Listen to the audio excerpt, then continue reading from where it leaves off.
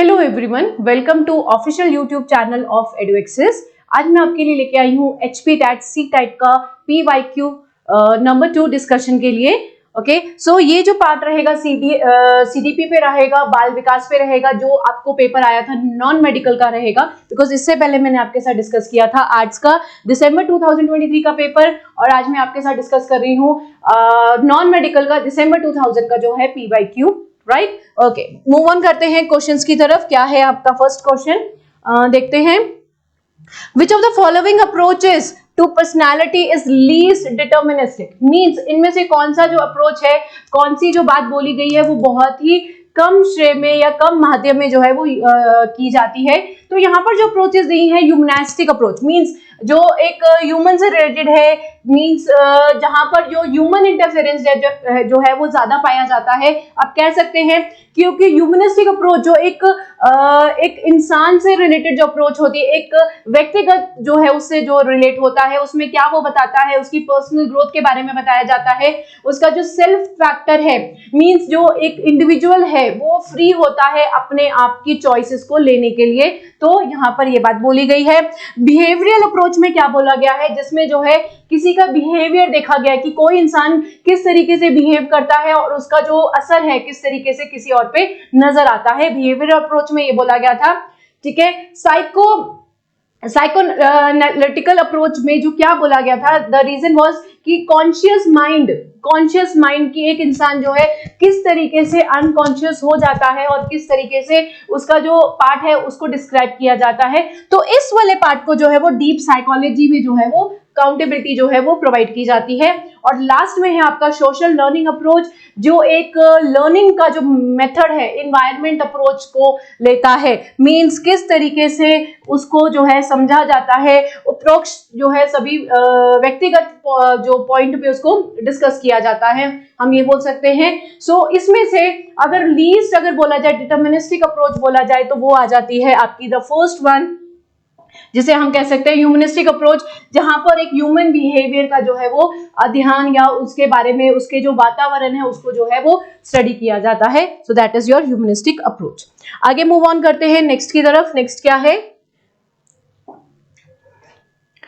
Okay, next है आपका social learning theory was developed by, means सामाजिक जो एक थ्योरी थी वो किसने बनाई थी। ठीक है, तो यहाँ पर बहुत अच्छे से नाम दिए गए हैं, एल्बर्ट उंड्रा, एल्बर्ट क्या कहते हैं हिचकॉक, एल्बर्ट डार्विन या एल्बर्ट आइंस्टाइन। ठीक है, ये सारे जो नाम दिए गए हैं ये बहुत ही इंपॉर्टेंट है।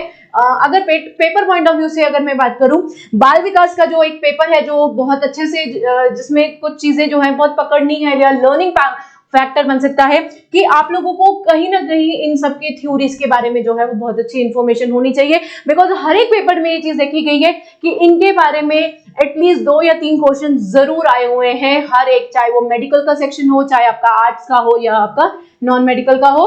सो इसमें जो है एल्बर्ट बंडरा के बारे में बात करें तो उन्होंने क्या किया था, उन्होंने ये बताया था कि जो लोग हैं वो किस तरीके से लर्न करते हैं, किस तरीके से जो है वो लोगों को ऑब्जर्व करते हैं या उनको इमिटेट करते हैं या उनको जो है अपना रोल मॉडल मानते हैं। ठीक है, उन्होंने ये बोला था।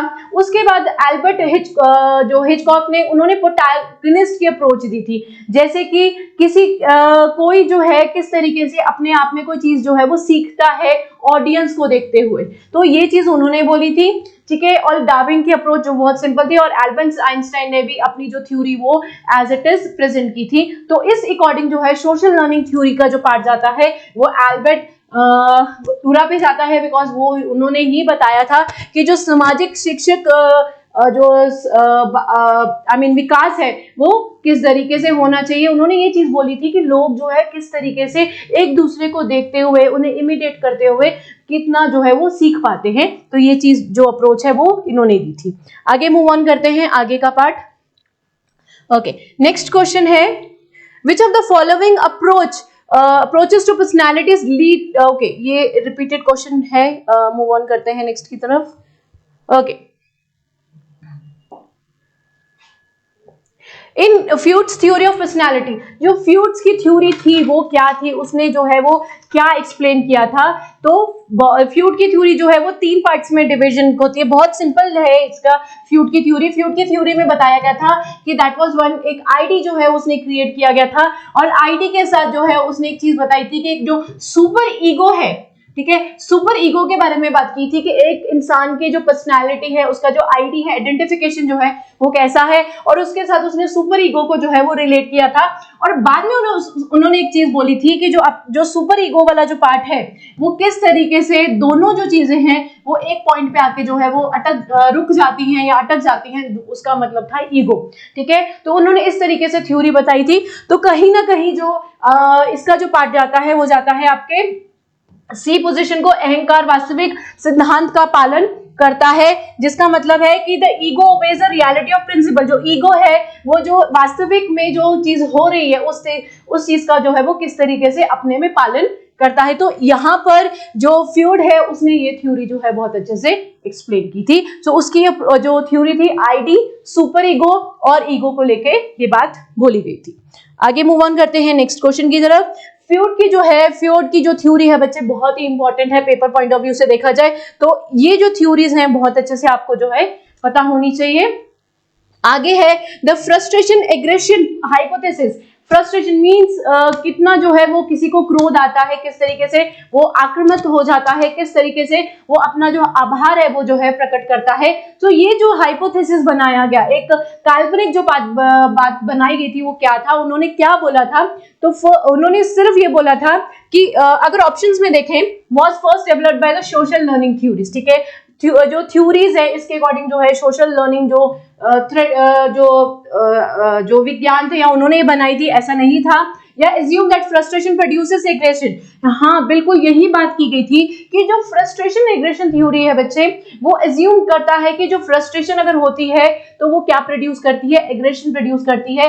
कि अगर किसी का जो लक्ष्य है, अगर मैं चाहती हूँ कि आज मुझे ये लक्ष्य जो है वो प्राप्त करना है, ये मेरा गोल है, ये मेरा एम है, और उस गोल को या एम को प्राप्त करने के चक्कर में अगर वो चीज जो है कहीं पर कोई हर्डल आता है, कहीं पर बहुत सारी रुकावटें आती हैं, तो जब वो रुकावटें आती हैं तो वो फ्रस्ट्रेशन में चीजें बदलती हैं, बहुत ही क्रोध जो है वो दिखता है, और जब वो क्रोध दिखता है तो वो एग्रेशन में बदल जाता है। तो इस तरीके से यहाँ पर ये बात की गई थी कि मान लें कि निराशा जो आक्रामक है वो पैदा करती है, तो राइट ऑप्शन जो रहेगा वो बी रहेगा। ये कॉन्सेप्ट को भी बहुत अच्छे से पढ़ने की जरूरत है, बिकॉज ये सेम क्वेश्चन आपका जो है वो सीडीपी के जो है क्वेश्चन पेपर आर्ट्स में जो है वो शो किया गया है, आया है ये वाला पार्ट। ओके, कुछ कॉमन चीजें हैं, कॉमन क्वेश्चन रहेंगे आपको करने के लिए, सो प्लीज थोड़ा सा ध्यान दीजिए, बिकॉज ये इंपॉर्टेंट है और हर एक पार्ट में देखा गया है कि कुछ ऐसे रेफरेंस क्वेश्चन जो हैं वो जरूर आए हैं। नेक्स्ट क्वेश्चन की तरफ देखते हैं। Which of the following clinical procedure are based in a part of classical conditioning. Means एक जो चिकित्सा के बारे में अगर बात करें तो उसका जो एक जो रूप है, किस तरीके से अनुमति या जो अनुबंधन जो है वो प्रोवाइड करता है। तो फर्स्ट इन्होंने जो बात बोली ट्रांसपेरेंस की बात की। ट्रांसपेरेंस क्या होता है, ठीक है, जो एक जगह से दूसरी जगह अगर हम बात करें तो ट्रांसफर तो हम वही बोल सकते हैं, बट ट्रांसपेरेंस का मतलब होता है कि कुछ ऐसी ओल्ड फीलिंग्स हैं, कोई बहुत ही पुरानी यादें हैं आपके पास, आप उसको जो है रिकॉल करते हो, रिकॉल करके कुछ जो है याद करते हो, तो वो ट्रांसपेरेंस जो है वो उसी अकॉर्डिंग जो है वो लेता है, ठीक है। दूसरा टोकन इकोनॉमी, ठीक है। टोकन इकोनॉमी क्या होता है, बहुत इन चीजों के बारे में बहुत अच्छे से पता होना चाहिए, क्योंकि ये कॉन्सेप्ट बहुत छोटे छोटे हिडन कॉन्सेप्ट हैं, बट सीडीपी के पेपर के लिए, बाल विकास के पेपर के लिए बहुत ही इंपॉर्टेंट पॉइंट्स रहेंगे जो आप लोगों को पता होने चाहिए। इन्हें आप नजरअंदाज नहीं कर सकते हैं पेपर की तैयारी करते समय, ठीक है। अब टोकन इकोनॉमी क्या है, rewarded for the demonstrating desired behaviour. Means जब हम कहते हैं कि अगर आपका कोई जो इंसान है बहुत अच्छा सा काम करता है, कोई बच्चा जो है उसने बहुत ही अच्छा काम किया है, किसी की मदद की है, तो अगर उसके बदले अगर उसको कुछ रिवॉर्ड दिया जाए तो उस चीज को इसको टोकन इकोनॉमी में बोला गया है। दैट इज टोकन जो है आपका जो इन्वायरमेंट है उसमें इस चीज को लिया गया है कि कोई जो इंसान है अपनी व्यक्तिगत जो पार्ट से कि किस तरीके से किसी की हेल्प करता है, किसी की मदद करता है, उसके अगर अगेंस्ट में उसको क्या जो है वो प्रोवाइडेड रहता है, तो दैट इज टोकन इकोनॉमी। दूसरा बोला गया था टू चेयर टेक्निक, ठीक है। टू चेयर टेक्निक का मतलब है कि इमेजिनेशन शो करना, कि इमेजिनेटिव चल रहा है, सबको ड्रीमिंग पार्ट चल रहा है कि हमने ये किया तो ऐसा होगा, वैसा किया तो वैसा होगा, मींस एक सोच को लेके दूसरी सोच पे जब जाया जाता है तो वो इमेजिनेटिव टू चेयर टेक्निक बोला गया है। और लास्ट वन है सिस्टमैटिक डीसेनिटाइजेशन। डीसेंसिटाइजेशन जो है वो क्या बताता है कि जिसमें बिहेवियर टेक्निक बताई जाती है कि कोई इंसान जो है किस तरीके से छोटी सी बात पे डरता है, डरने के बाद वो घबरा जाता है, या वो एक तरीके से जो एक फोबिया बना लेता है अपने दिमाग में कि यार जो है बंद कमरा है, अंधेरा है। तो इस तरीके से जब फोबिया क्रिएट किया जाता है तो यहाँ पर क्लिनिकल वर्ड जो यूज किया गया है वो आपका सिस्टमैटिक पेशेंट्स पे निकलता है। द रीजन इज यहाँ पर क्लिनिकली बात की गई है, कोई भी जो एक मेडिकल लैंग्वेज में अगर हम बात करें तो इस तरीके से लिया, साइको मेडिकल लैंग्वेज में बात की गई है। तो यहाँ पर जो बात की गई है कि कोई भी इंसान जो है अनवांटेडली कोई फोबिया क्रिएट कर लेता है, बहुत ही घबरा जाता है, छोटी छोटी चीजों को लेकर डर जाता है, तो यहाँ पर इसका जो राइट आंसर रहेगा that is systematic desensitization. Okay, आगे मूव ऑन करते हैं नेक्स्ट की तरफ। Next, intelligence. Intelligence can be defined as, ठीक है, देखते हैं इंटेलिजेंस जो है वो किस तरीके से मापी जा सकती है, किस तरीके से प्रभावित की जाती है, मींस किस में कितना जो है जो उसका जो इंटेलिजेंस लेवल है वो किस तरीके से हम जो है वो नाप कर सकते हैं। वैसे तो इंटेलिजेंस को नापना थोड़ा सा अलग रहता है, बिकॉज इंटेलिजेंस डिपेंड करती है कैसे है। तो ऑप्शन देखते हैं क्या है। Knowledge of a great many facts, means अगर आपको बहुत सारी चीजों की नॉलेज है तो आप इससे ये नहीं कहा जा सकता कि आप बहुत ही इंटेलिजेंट है, ये मानना गलत होगा, बिकॉज बहुत सारे लोग जो होते हैं वो उनको बहुत सारी चीजों के बारे में पता होता है, बट एग्जैक्टली जहां पर उनको अपनी इंटेलिजेंस यूज करनी होती है, यहाँ पर किस तरीके का बिहेवियर शो करना होता है, वो वहां पर वो चीज नहीं कर पाते हैं, तो हम उन्हें इंटेलिजेंट का जो लेवल है वो नहीं ग्रांट कर सकते। या The ability to get good grades in school means या तो जो स्कूल में जो है ग्रेड्स बहुत ही अच्छे मिले हो, या all the factor that makes a person different from other, या कुछ ऐसी किसी में पर्सनैलिटी हो कि वो इंसान जो है किसी और से जो है वो डिफर करता है, हर एस्पेक्ट में डिफर करता है, तो ऐसा भी नहीं बोला जा सकता, बिकॉज इंटेलिजेंस लेवल का पर्सनालिटी से लेना देना बोला जा सकता है, but in that other sense की पूरा इंटेलिजेंस लेवल जो है वो उस चीज पे डिपेंड नहीं करता है। और last one, the ability to think abstractly and learn from the experience. सही बात है कि यहाँ पर जो आंसर रहेगा बच्चे वो यही रहेगा कि किस तरीके से जो एबिलिटी रहती है कि आप किस तरीके से सोचते हो, किस तरीके से आप उस सोच को लेके या अपना कोई पास्ट एक्सपीरियंस को लेके आगे बढ़ते हो, वो चीज जो है मैटर करती है कि इसी को इंटेलिजेंस लेवल कहा जाता है। बिकॉज प्रेजेंट में वातावरण के अकॉर्डिंग जो है लोग किस तरीके से बिहेव करते हैं ये जरूरी नहीं है, मेन बात यह होती है कि किस तरीके से कोई चीज आपके सामने आई है, कोई भी सिचुएशन आपके सामने आ रही है और किस तरीके से आप उसको हैंडल कर रहे हो, और ये सोचते हुए कि आपका उस चीज को लेके जो है पास्ट एक्सपीरियंस जो है वो कैसा रहा होगा। तो इसमें ये रहा इसका आंसर। आगे मूव ऑन करते हैं नेक्स्ट की तरफ। Okay, next one is Gestalt की थ्योरी जो है, एक सेकेंड, यस, गेस्टॉल की जो थ्योरी है, सिद्धांत है, उसने क्या किस चीज पे जो है वो बात की थी कि अगर थोड़ा सा बोला जाए जो गेस्टॉल की थ्योरी है वो मॉडर्न स्टडी पे जो है वो जाती है। उन्होंने परसेप्शन की स्टडी दी थी जो कि 20th सेंचुरी का था, बिकॉज गेस्टॉल ने 20th सेंचुरी में जो है वो बहुत इंपॉर्टेंट जो है वो बात की थी। उन्होंने ये कहा था कि way the things are put और place the whole of anything is greater than its part, means किस तरह के तरीके से कोई चीजों को कहां पर किस जगह पे रखा जाता है या उन चीजों को हटाया जाता है और किस तरीके से वो उनका जो है वो हिस्सा बन जाते हैं। तो गेस्टॉल ने जो है ये थ्योरी बोली थी, तो जिसके अकॉर्डिंग उन्होंने एक पैटर्न फॉलो किया था जो था आपका are tendency to see the pattern, किस तरीके से पैटर्न देखने की जो हमारी प्रत्येक जो है एक परिवर्तन जो है हम लाते हैं, किस तरीके से हम एक पैटर्न को फॉलो करते हैं कि हम पहले क्या सोचते हैं, सोचने के बाद हम किस तरीके से जो है वो बिहेव करते हैं, किस तरीके से एक्ट करते हैं, किस तरीके से कोई चीज को अपने में लेते हैं। तो उन्होंने एक पैटर्न जो है वो जो थ्योरी अपनी थ्योरी में बताया था कि ये जो पैटर्न है वो फॉलो किया जाता है। उन्होंने मॉडर्न परसेप्शन को देखते हुए जो है वो थ्योरी प्रोवाइड की थी। आगे की तरफ चलते हैं, नेक्स्ट क्या है। Okay, next question says, in the terms of efficiency in scanning information, which one of the following strategies is considered the best? Means जानकारी के जो प्रभावी जो अवलोकन जो है उसके अकॉर्डिंग जो है कौन कौन सी जो तकनीक है वो जो है वो चुनी गई थी। तो फर्स्ट इन्होंने बोला था दैट इज कंजर्वेटिव फोकसिंग, ठीक है।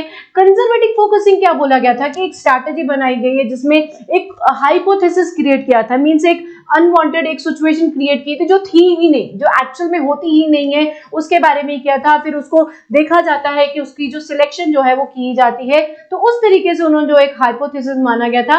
और focus on the attitude at the time, means कहा जा सकता है कि एक जो है सोच विचार का जो कार्यक्रम जो है वो चलता है, किसी के दिमाग में चलता है, वो कहता है कि ऐसा होगा, ये वो सोच के चलता है और वो उसी सोच को लेके किस तरीके से उसी टाइम पे जो है कैसे रिएक्ट करता है, कैसे अपने आप का जो है जो अपने विचारों को जो उस टाइम पे प्रकट करता है। बट वो सारा जो होता है वो एक उसका क्या होता है, एक सोच विचार का जो है वो पार्ट रहता है, एक्चुअल में वो चीज नहीं होती है। तो कंजर्वेटिव फोकसिंग ये बताती है, ठीक है।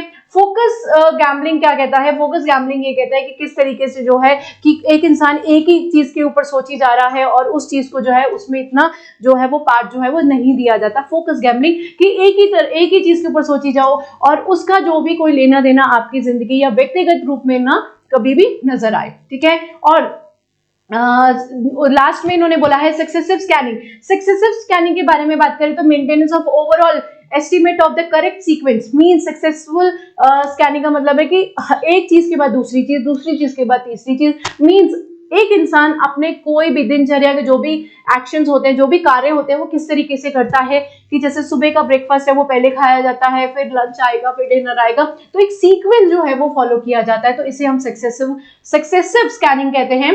और जो राइट ऑप्शन है इस टर्म के according that is simultaneously, means side by side, side by side एक साथ जो है वो किस तरीके से चीजें ली जाती हैं कि साइड बाय साइड कोई काम करना है, कि अभी आप एक काम कर रहे हैं, पढ़ने के साथ आप अगर तो क्या कहते हैं लिखने का भी काम करते हैं तो उसे साइमल्टेनियसली स्कैनिंग कहते हैं। तो यहाँ पर इसका आंसर जो एफिशिएंसी स्कैनिंग के बारे में बात की गई है उसका आंसर साइमल्टेनियस स्कैनिंग जो है वो रहेगा, जो साइड बाय साइड जो है डिफाइन करता है।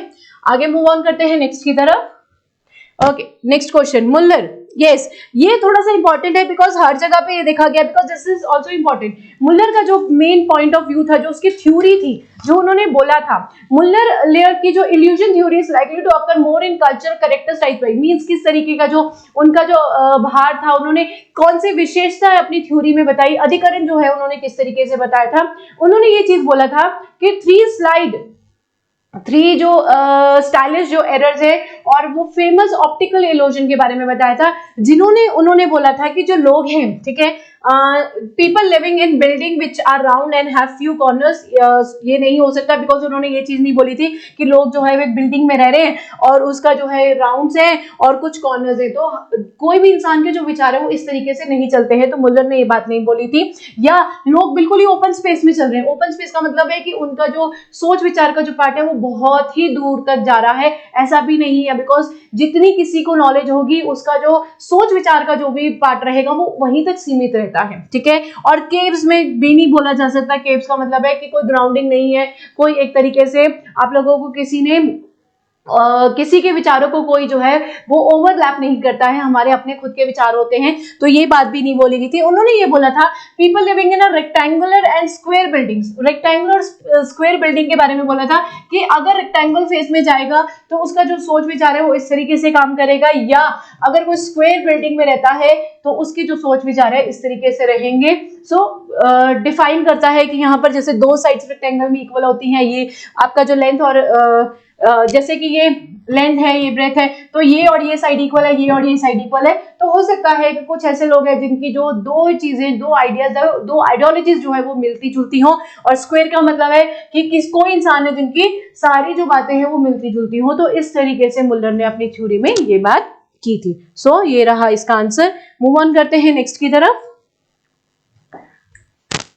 ओके, नेक्स्ट में है आपका मॉडल। प्लीज एक चीज का ध्यान रखना, अगर बाल विकास के बारे में बात करें, सीडीपी के बारे में बात करें, तो इसमें थ्योरीज बहुत इंपॉर्टेंट है, बिकॉज हर एक जो है पॉइंट पे कहीं ना कहीं थ्योरी जरूर अच्छे से पूछी गई है और बहुत अच्छे से आपको ये थ्योरीज के बारे में पता होना चाहिए, ठीक है। The model of theory consisting of the short term memory which serves a gateway to long term memory was propounded by, means एक तरीके से जो शॉर्ट टर्म मेमोरी है और जो उसको लेके जाता है, मींस शॉर्ट टर्म मेमोरी का जो पार्ट है वो लॉन्ग टर्म मेमोरी का जो गेटवे है वो ओपन करता है। तो वो चीज जो है वो किसने बोली थी? दैट वाज फर्स्ट जो है एबिगस ने बोली थी। एबिगस का क्या है कि उसने ये बोला था, बहुत इंपॉर्टेंट चीज है ये जानने वाली, उसने ये चीज बोली थी कि लोगों को शुरुआत में जो चीज याद होती है, मींस उनको अगर 100% याद है, एबिगस ने जो बोला था कि उनको 100% याद है, ठीक है, 2 घंटे बाद जो है 2 या 3 घंटे बाद वो 50% याद रखते हैं, और उससे जैसे ही समय जो है बीतता हुआ जाता है तो उसका जो फ्रैक्शन पॉइंट है वो जो है वो कम जो है वो होता जाता है। तो होने के बाद अगर हम वीक जो है मतलब एक हफ्ता गुजर चुका है, अगर उसके बारे में अगर बात करें तो उनको सिर्फ 25% जो है वो चीज जो है उसकी याद रहेगी। तो एबिगस ने तो ये बात बोली थी। क्रैक और लोकार्ट ने क्या बोला था? क्रैक और लोकार्ट ने बोला था कि memory recall of stimulus as a function of depth of the mental processing, means एक रिकॉल करना, यादों को रिकॉल करना, किस तरीके से जो यादें हैं वो किसी इंसान को जो है वो अचानक से याद आती हैं और किस तरीके से वो उनसे प्रभावित होता है। तो क्या कहते हैं, सॉरी, क्रैक और लोकार्ट ने ये बोला था।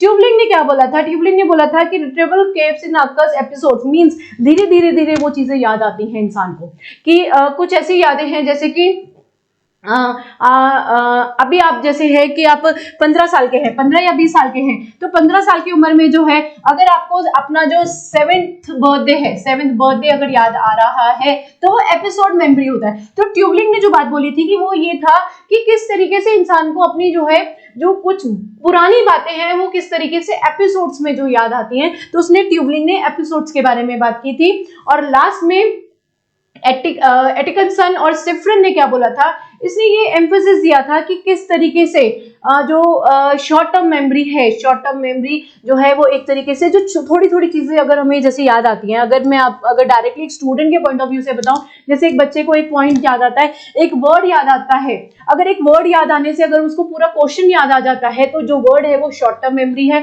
और पूरा क्वेश्चन जो है एक वर्ड याद आने से उसका जो बहुत ही लॉन्ग टर्म क्वेश्चन जो है वो उसको याद आ जाता है। तो शॉर्ट टर्म मेमोरी आपका क्वेश्चन हुआ और लॉन्ग टर्म जो है वो आपका फुल कंप्लीट क्वेश्चन पार्ट हुआ। तो इस तरीके से जो है वो याद जो है एटिकिंसन और सिफ्रिन ने ये जो है वो अपनी थ्योरी में मॉडल में जो है इस चीज को बताया था। तो इसका आंसर जो है that is the last option, Atkinson और सिफ्रिन। आगे की तरफ मूव ऑन करते हैं। क्या बात थी? यस, ये कॉन्सेप्ट जो क्वेश्चन दिया गया है बहुत ही इंपॉर्टेंट कॉन्सेप्ट है, बहुत डिटेलिंग कॉन्सेप्ट है इस चीज को बताने के लिए। जैसे कि बैकवर्ड कंडीशनिंग अकर्स व्हेन, ठीक है, CS और US बोला गया। यहाँ पर एक चीज का नोट करना आप लोगों को पता होना चाहिए, CS और US का मतलब क्या होता है। CS का मतलब होता है कंडीशनल स्टिमुलस और US का मतलब होता है अनकंडीशनल सुप्लीम, मींस कोई चीज जो है वो होनी है, हुई है वैसे है, और कोई चीज अनकंडीशनल है कि नहीं होना है या नहीं हुई है, उस तरीके से इसको लिया जाएगा, ठीक है। तो बैकवर्ड कंडीशनिंग जो है ये थोड़ा सा बहुत ही इलैबोरेटेड कॉन्सेप्ट है। मैं इस टाइम पे आपको इतना इलैबोरेटेड नहीं बता सकती हूँ, बट इसके साथ जरूर एक चीज बता सकती हूँ कि इसमें जो है क्या बोला गया था, इसमें ये बोला गया था कि जो आपकी अनकंडीशनल है वो सबसे पहले बात आती है, मीन जो चीज आपने अभी नहीं करनी है, जो सोची समझी चीज होती है, जो प्लान होती है वो तो होती है, बट सबसे पहले जो कभी भी इंसान जो है वो अगर प्लानिंग करके चलता है तो वो 50% पे चलता है, लेकिन अनप्लानिंग चीज तो रोज ही चलती है। अब आप ये तो नहीं प्लान करके चलते कि 1 मिनट में या 1 घंटे में या 10 मिनट में क्या होने वाला है, ऐसा नहीं होता है। तो उसे अनकंडीशनल बात बोलेंगे कि वो पहले आता है, उसके बाद जो है वो कंडीशनल जो स्टिमुलस है वो आता है, और जब आपका अनकंडीशनल जो है वो खत्म हो जाता है उसके बाद आपका कंडीशनल जो स्टिमुलस है, कंडीशनल पार्ट है। कंडीशनल मीन सोच विचार जो है, प्लान जो चीजें हैं जो भी एक इंसान ने सोची होती हैं वो आती हैं। तो इस तरीके से इस पार्ट को जो है वो लिया जाएगा। ये थोड़ा सा बहुत ही डिटेल्ड क्वेश्चन है स्टडी करने के लिए, आपके साथ जरूर मैं करना चाहूंगी स्टडी, बट अभी फिलहाल के लिए आगे की तरफ चलते हैं। नेक्स्ट देखते हैं क्या है। Okay, which memory is the result of instrumental और मोटर लर्निंग प्रोसेस, ठीक है। तो यहाँ पर सिमेंटिक मेमोरी बोला है। सिमेंटिक मेमोरी क्या होती है? जैसे कि लॉन्ग टर्म मेमोरी है, अंडरस्टैंडिंग जो है वो की जाती है तो इसके अकॉर्डिंग जो है वो बात की गई। सिमेंटिक उसके अकॉर्डिंग बोला गया है कि किस तरीके से किस चीज का जो अर्थ है वो निकलता है, बट लॉन्ग टर्म मेमोरी में इसमें बोला गया है। ठीक है, एपिसोडिक मेमोरी, एपिसोडिक मेमोरी बोला जा सकता है कि एपिसोड्स में जो चीजें हमें याद आती है, ये चीज हमने पहले भी जो है डिस्कस की है, collection of the past and personal experience, कुछ ऐसी चीजें जो आपने पास्ट में की है। देखो वही सेम चीज आप जो है वो प्रेजेंट में करने जा रहे हो, तो पुरानी जो गलतियां कर चुके हो वो दोहराना नहीं चाहिए। ठीक है, तो इस अकॉर्डिंग जो है कि पुरानी यादों को समेटते हुए उनका जो एक्सपीरियंस हमें मिला, उनका जो व्यक्तिगत रूप हमने जो सहा है, उसके अकॉर्डिंग जो है हम प्रेजेंट में जो प्रेजेंट में हम उस चीज को किस तरीके से किस प्रकार से लेते हैं, उस चीज को जो है वो इसमें ज्यादा देखा जाता है। So that is main point. ठीक है, आगे मूव ऑन करते हैं। सेंसरी मेमोरी, सेंसरी मेमोरी का मतलब होता है कि जहां पर एक हेयरिंग, विजन, जो सेंसेस होता है उनके अकॉर्डिंग लिया जाता है कि क्या आपने सुना, क्या आपने देखा, ठीक है, क्या महसूस किया, टच किया, क्या आप लोग अपने सेंसेस में स्मेल या आप जो टेस्ट करते हो, तो उसके अकॉर्डिंग आप एक किसी की जो भी है वो प्रिडिक्ट करते हो, किसी चीज के बारे में एक डेफिनेशन डिफाइन करते हो कि यार ये चीज ऐसी है। तो इस चीज में एक जो बात है वो सेंसरी मेमोरी बताता है, जो बहुत ही फ्यू सेकंड्स की रहती है, बहुत ही जल्दी खत्म होती है। अभी कुछ खाया तो उसका टेस्ट पता लगा, बट बाद में तो खत्म हो गया। जब आपकी वो चीज मुंह में नहीं है तो वो चीज का जो एक्सप्लेनेशन है वो वहीं पे खत्म हो जाती है। और नेक्स्ट है प्रोसीजर। ठीक है, प्रतिक्रिया मूलक स्मृति के अकॉर्डिंग अगर बोला जाए, retrieving the information to learn skills, means किस तरीके से आप किस चीज को जो है वो सीखते हो। जैसे कि साइकिल चलाना एक बच्चा सीखता है, तो साइकिल चलाने के लिए वो कौन कौन सी चीजों को देखता है, अपने आप में अपने जहन में रखता है, उसके बाद जो है वो साइकिल चलाना सीखता है। पहले वो किस तरीके से बैठेगा साइकिल पे, किस तरीके से पैडल मारेगा, तो ये सारी चीजें जो है वो बहुत अच्छे से अपने दिमाग में रखता है इस चीज को करने के लिए, एक मेन प्रोसीजर को कंप्लीट करने के लिए, जिसे हम क्या कहते हैं, procedural memory. Means step by step जो है वो चीज की जाती है, तो उसे हम प्रोसीजरल मेमोरी कहते हैं, जो पहले से हमारे दिमाग में एक स्टेप बाय स्टेप प्रोवाइडेड होती है। तो इसका आंसर रहेगा that is your procedural memory. Right man, आगे की तरफ मूव ऑन करते हैं, देखते हैं क्या है next one. Yes, people with moderate mental retardation would have an IQ इन, ठीक है, लोगों का जो माध्यम है, मीन्स मानसिक जो बात है, मानसिक जो एक लेवल है, मीन्स किस तरीके से कोई इंसान का जो IQ है वो किस तरीके से अपने आप को प्रेजेंट करता है या किसी को जज करता है या खुद अपने आप को जो है वो किसी के द्वारा जो है वो जज करवाता है, तो उसका जो है वो क्या रहेगा। तो इसमें एक सिंपल सी बात बोलूंगी, एडेप्टिव फंक्शनिंग के बारे में बात किया गया कि किस तरीके से एक इंसान अपने आप को किस तरीके के एनवायरनमेंट में जो है वो अडेप्ट जो है वो करता है। सो अगर नॉर्मली बात की जाए तो 10 to 49 का जो है वो सिवियर रहता है कि बहुत अच्छी IQ लेवल है। ठीक है, 35 to 54 जो है वो मॉडरेट में रहता है, आप इसे मॉडरेट बोल सकते हैं, जो इक्वल रेशियो में रहता है। उसके बाद जो है 55 to 70 माइल्ड में, ना ज्यादा ना कम, और 20 to 34 जो है प्रोफाउंड रहता है, बहुत हद से ज्यादा जो चीज रहती है। तो अगर नॉर्मली व्यक्तिगत रूप में देखा जाए तो वो 35 to 50 की रेंज में ही आपका जो IQ लेवल है हर इंसान का इस तरीके से ही रहता है। ठीक है, आगे मूव ऑन करते हैं नेक्स्ट की तरफ। Next, okay, to design teaching learning activities for a classroom to suit the requirement of the student, teacher should have the knowledge of। अगर देखा जाए कि जो एक कक्षा में अगर एक कोई टीचर है जो है वो पढ़ा रहा है, विद्यार्थी को पढ़ा रहा है, बच्चों को पढ़ा रहा है, तो उनको जो है किस तरीके की जो रिक्वायरमेंट रहेगी कि टीचर्स को जो है वो किस तरीके की जो है वो नॉलेज होनी चाहिए, किस तरीके का जो एक जानकारी जो है उनको अपने जहन में रखनी है। फर्स्ट है आपका behavioural approach, behavioural psychology, means वो तो एक साइकोलॉजी बताएगा ना, कनेक्शन बताएगा कि आपका जो बिहेवियर है, आपका जो कह सकते हैं आपका जो चाल चलन है वो किस तरीके से, आप किस तरीके से किसी से जो है वो अपने आप को प्रेजेंट करवाते हो, तो एक ह्यूमैनिटिक अप्रोच मानी जा सकती है। इंडस्ट्रियल अप्रोच तो सिंपल सी बात है कि जहां पर आप बोल सकते हैं कि एक एम्प्लॉय मीन जो वहां पर एक काम करता है, रोजगार कर रहा है, इंसान जो है काम कर रहा है, तो उसकी साइकोलॉजी रहेगी, किस तरीके से वो अपना जो विचार है वो सोचता है, किस तरीके से अपने विचारों को रखता है। ठीक है, अब नॉर्मल साइकोलॉजी जहां पर मेंटल इलनेस के बारे में बात किया जाएगा, किसी चीज का डिसऑर्डर है उसके बारे में बात किया जाएगा, तो यहाँ पर ये एक टीचर को इस चीज की रिक्वायरमेंट तो बिल्कुल नहीं है। तो टीचर की जो रिक्वायरमेंट रहती है वो विकास किस तरीके से मनोवैज्ञानिक या मनोविज्ञान के अकॉर्डिंग जो है वो बात करते हैं, दैट इज डेवलपमेंटल साइकोलॉजी, किस तरीके से वो बच्चे में किस तरीके का जो है चेंजेस लाना चाहेंगे, किस तरीके से वो बच्चे को पढ़ाते हैं, किस तरीके से वो बच्चों में बदलाव लाना चाहेंगे। तो यहाँ पर जो डेवलपमेंट जो साइकोलॉजी है उस तरीके से इस चीज को देखा जाएगा। तो इसका राइट आंसर जो है वो डेवलपमेंट साइकोलॉजी रहेगा। आगे की तरफ मूव ऑन करते हैं नेक्स्ट की तरफ। Let's have a look. Okay, the drive reduction theory of motivation is given by, मैं आपको बार बार बोल रही हूँ कि जो थ्योरीज हैं बहुत अच्छे से पूछी गई हैं, हर क्वेश्चन में पूछी गई हैं और बहुत ही जरूरी भी हैं आपके हर पेपर में, बिकॉज एग्जामिनर जो है वो थ्योरी जरूर डालता है।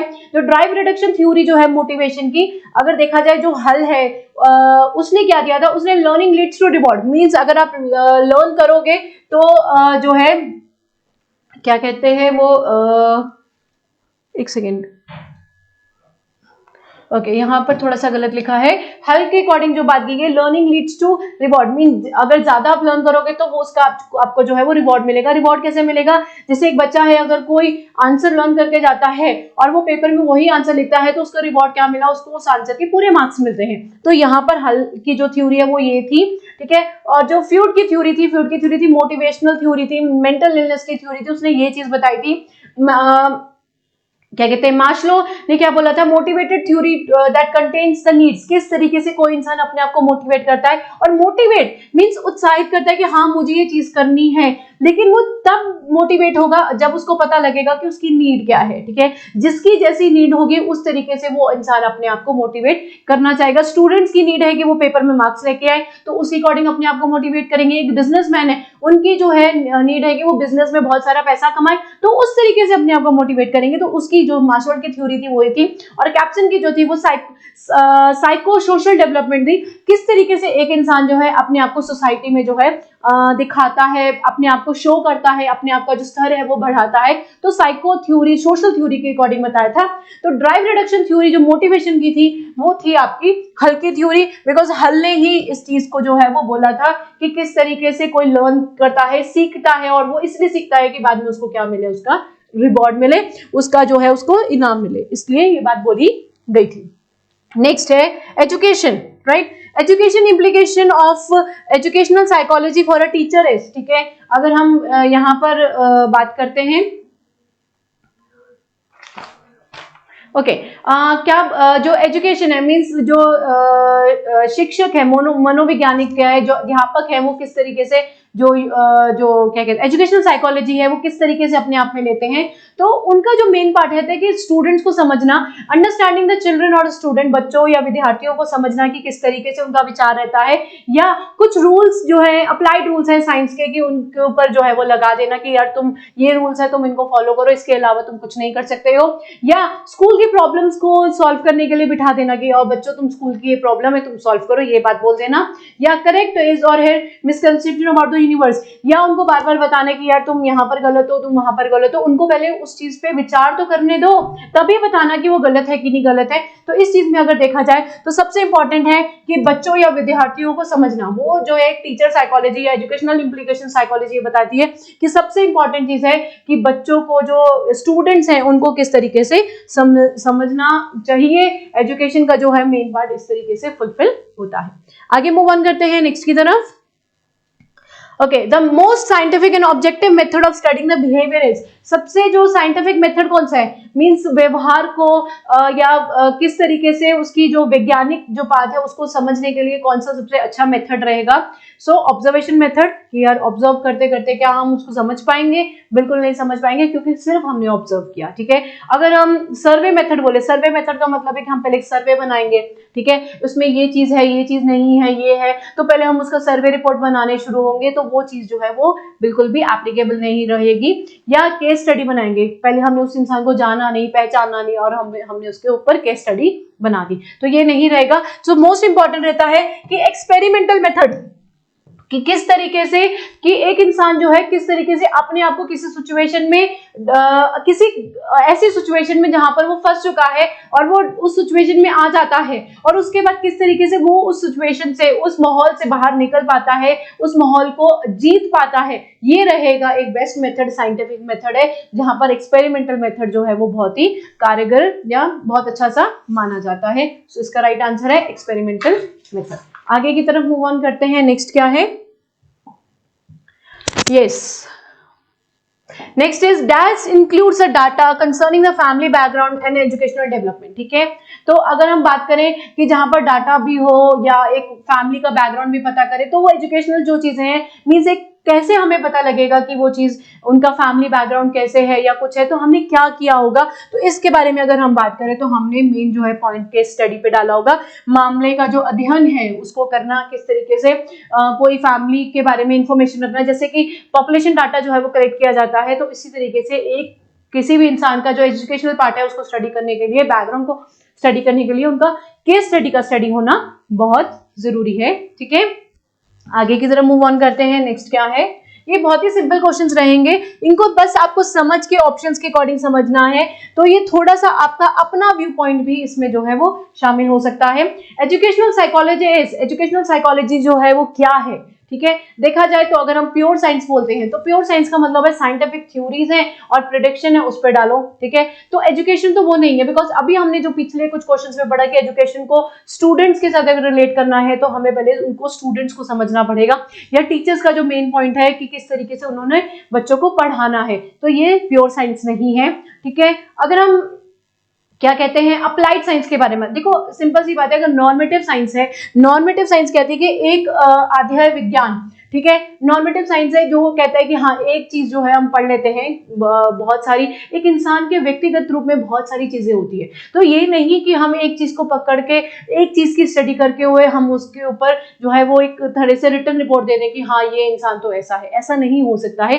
तो एजुकेशन साइकोलॉजी जो है वो अप्लाइड साइंस होती है, साइंटिफिक मेथड है, नॉलेज ली जाती है, नॉलेज लेने के बाद जो भी रिजल्ट आता है उन्हें एक तरीके से प्रैक्टिकल गोल्स में जो है वो डाला जाता है।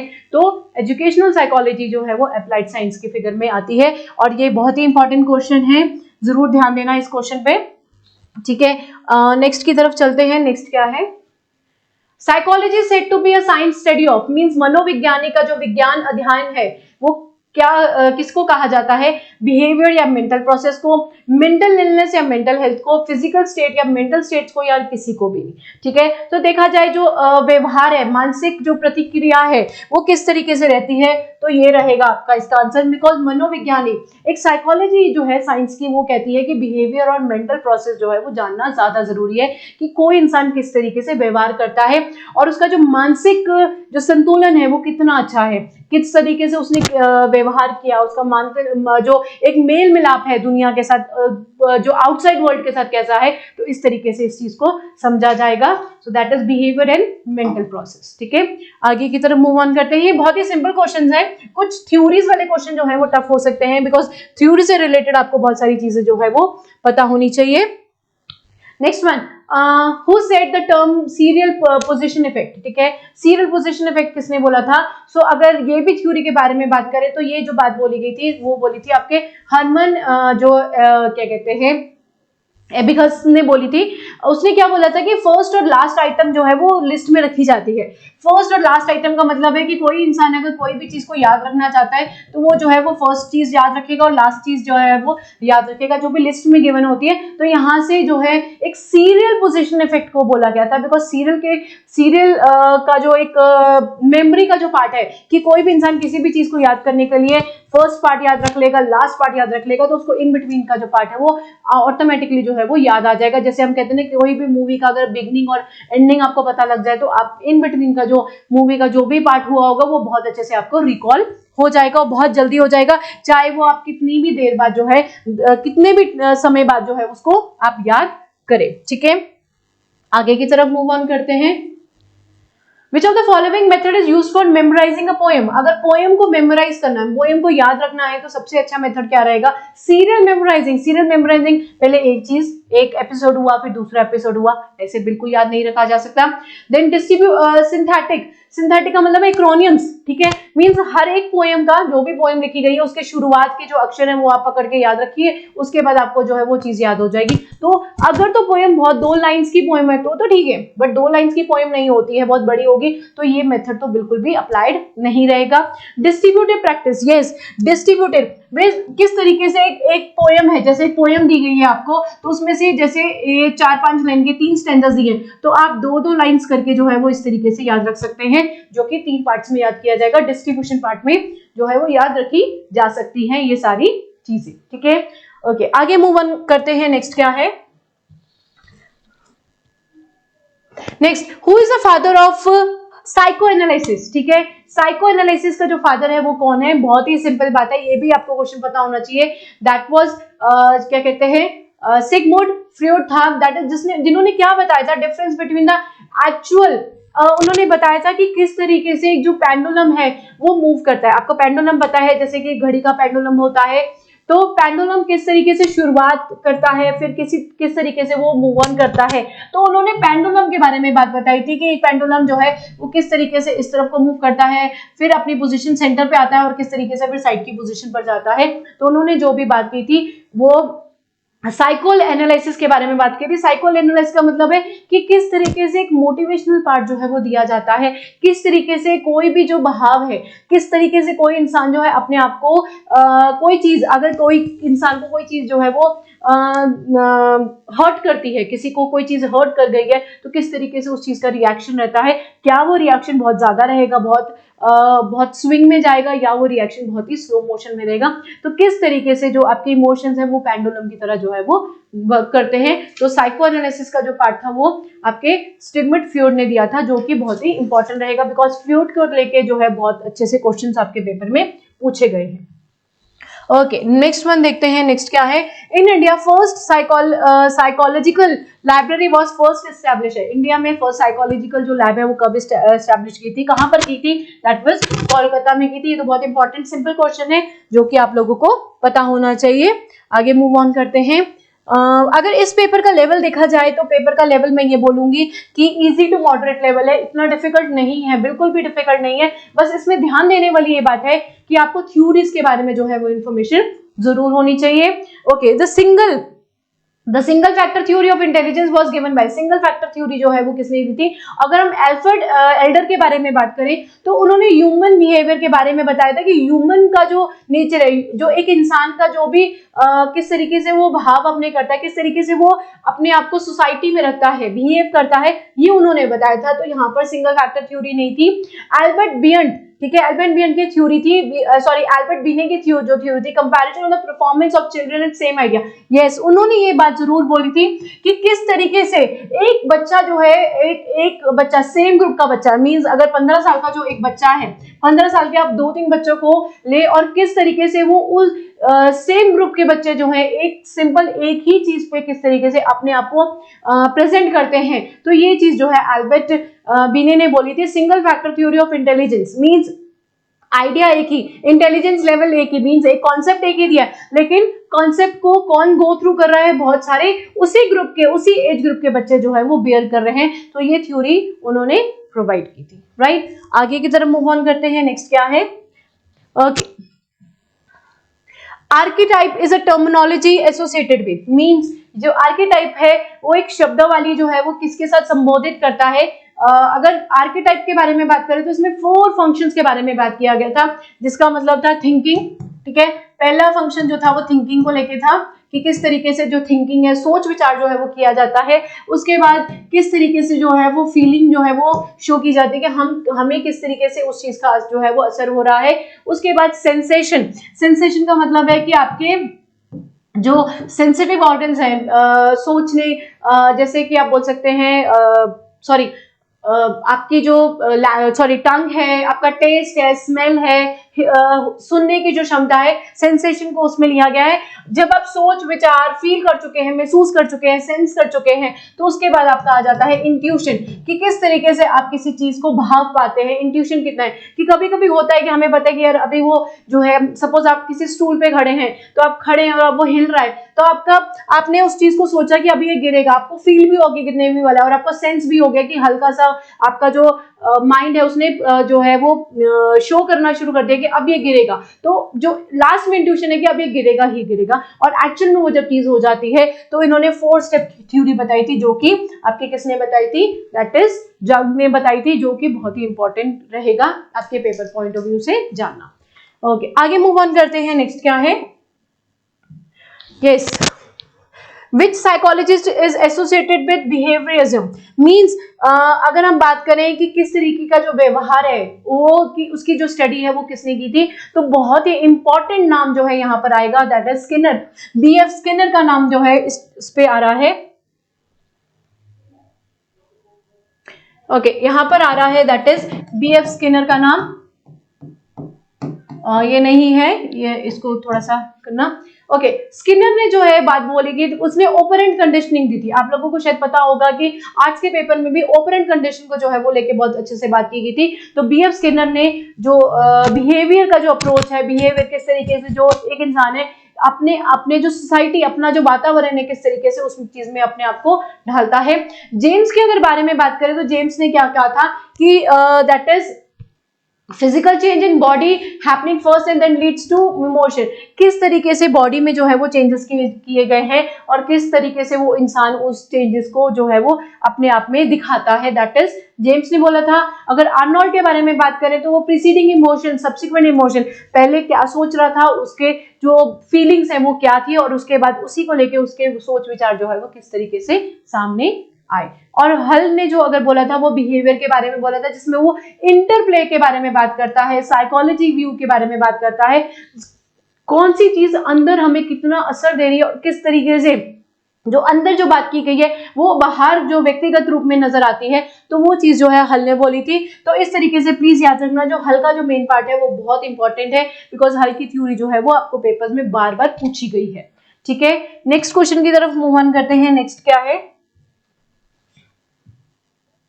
Okay, in which method of study of psychology independent and dependent variables are important? ठीक है, किस तरीके से वो बात की थी, जिसमें आप कह सकते हैं मनोविज्ञानी का जो व्यवहार है, जिसमें बहुत सारी जो चीजें हैं वो स्वतंत्र होती हैं और किस किस पे वो नहीं होती हैं। तो अगर बोला जाए एक्सपेरिमेंटल मेथड में जरूर रहता है, एक्सपेरिमेंटल जहां पर प्रयोग किया जाता है, क्योंकि अगर आप किसी चीज को एक्सपेरिमेंट करते हैं तो बहुत सारी चीजों को स्वतंत्र बनाना पड़ता है। अगर आप नहीं बनाएंगे, अगर किसी को आप कंट्रोल करके रखेंगे तो वो इंट्रोस्पेक्टिव निकल जाता है या ऑब्जर्वेशन में निकलता है, उसी को लेके वो केस स्टडी करता है। तो एक्सपेरिमेंटल में जब कोई चीज को प्रयोग में डाला जाता है तो बहुत सारी चीजों को क्या किया जाता है, वेरिएबल बनाया जाता है, स्वतंत्र जो है वो छोड़ दिया जाता है, उनके विचारों को स्वतंत्र छोड़ दिया जाता है। जाओ तुम जो भी सोच सकते हो, हम इसको देखते हैं कि ये जो चीज हमने छोड़ी है, स्वतंत्र छोड़ी है, वेरिएबल छोड़ी है, किस तरीके से वो आगे जाके असर अपना दिखाती है। ठीक है, तो यहां पर एक्सपेरिमेंटल मेथड रहेगा इसका आंसर। ओके, लास्ट क्वेश्चन आपके इस पेपर का, कॉन्सेप्ट लाइक इंट्रोसेप्ट। देखो सिंपल सी बात है, आपका जो 29th क्वेश्चन था, जिससे पहले वाला क्वेश्चन था और इसका जो नेक्स्ट क्वेश्चन है वो सेम पोजीशन पर आया है, तो आई होप आपको वहीं से दोनों का आंसर मिल जाएगा। Concept like introspection and conscious experience were associated with, means किस तरीके से जो चेतना भाव है वो उसको लिया जाता है। तो अगर बात किया जाए तो यहाँ पर स्ट्रक्चरलिज्म मींस एक स्ट्रक्चर जो है वो जरूर बनाया जाता है कि किस तरीके से आप उस चीज को सोच विचार में रखते हैं, किस तरीके से वो व्यक्तिगत रूप में आता है। मींस पहले आपने क्या सोचा, एक स्ट्रक्चर फॉलो किया गया है, पहले आप क्या सोचते हैं और उसका जो रिजल्ट है वो क्या है, उसके बाद आप क्या कौन से इमोशंस को दिखाना चाहते हैं, किस तरीके से अपने आप का जो भाव है वो आगे जो है सोसाइटी के साथ जो है वो प्रकट करना चाहते हैं या दिखावा जो है वो दिखाना चाहते हैं। तो इस तरीके से जो इंट्रोस्पेक्शन है और कॉन्शियस लेवल जो है, किस तरीके से आपका जो कॉन्शियस लेवल है कि अभी ये चीज होने वाली है और आप एकदम से उस चीज को देख लेते हैं और उस चीज के अगेन जो है वो अपने आप को एक सेटअप जो है, सेटबैक जो है वो बना देते हैं। अगर आपको पता है कि ऊपर से कोई चीज गिरने वाली है तो पता है, तो एकदम से जब आप साइड हो जाते हैं तो वो कॉन्शियस बिहेवियर जो है वो बताता है। और आपका कॉन्शियस बिहेवियर इसलिए बताता है बिकॉज आपको ऑलरेडी जो है इस चीज को लेके या इस पार्ट को लेके जो है वो एक्सपीरियंस हुआ होता है। तो यहाँ पर स्ट्रक्चरलिज्म को जो है वो बात किया गया, दैट इज संचार करना। ठीक है, सो ये रहा आज आपका paper discussion part. I hope आपको इसमें बहुत अच्छे से जो आपके व्यूज हैं, आपका जो थ्योरी पार्ट है वो बहुत अच्छे से आपको समझ में आया होगा। और इसमें ये भी समझ में आया होगा कि आपको जब बाल विकास या सीडीपी की जो तैयारी करनी है वो कौन से जो है पॉइंट्स को रखते हुए करनी है, कौन सी थ्योरीज जो है इंपॉर्टेंट है, कौन कौन से क्वेश्चन जो है वो बार बार पूछे गए हैं और कौन से लेवल पे पूछे गए हैं। तो डिस्कशन का जो मेन पार्ट है वो यही है आप सबके लिए कि आपको एक चीज बताना कि थ्योरीज कितनी इंपॉर्टेंट है, कौन सा क्वेश्चन का लेवल जो है वो कितना रहेगा और किस तरीके से आपने कौन सी चीज को हैंडल करना है। So thank you so much, thank you.